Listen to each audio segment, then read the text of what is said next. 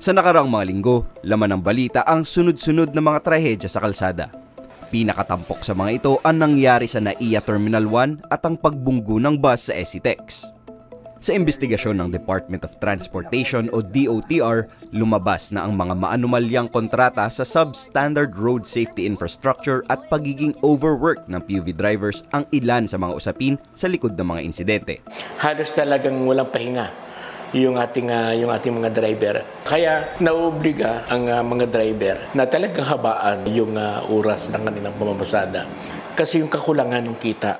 Agad naglabas ang DOTR ng mga plano nitong pulisiya gaya ng 4 na oras lang na biyahe ng mga driver kada pasada at mandatory drug testing every 6 months.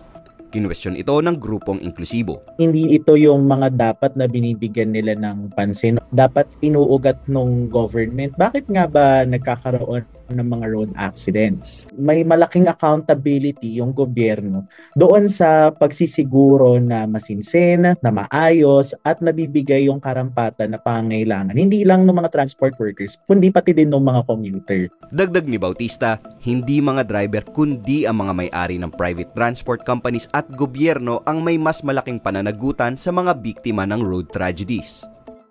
Since sila ang nagpapataw ng mga policy, sila ang nagbibigay ng wages, pati rin ng mga bayad doon sa ginawang serbisyo ng mga transport workers, ay malaki syempre ang kanilang responsibilidad na akuin kung may mangyaring masama dun sa mga transport workers o kaya kahit doon sa commuters or kahit doon sa individual na kung sino man ang mapahamak. Pagpapakita na yon sa kung gaano kahina ang accountability mechanisms hindi lang ng mga korporasyon na ito kundi pati din ng gobyerno. Kasi in the first place, bakit hinayaan ng gobyerno?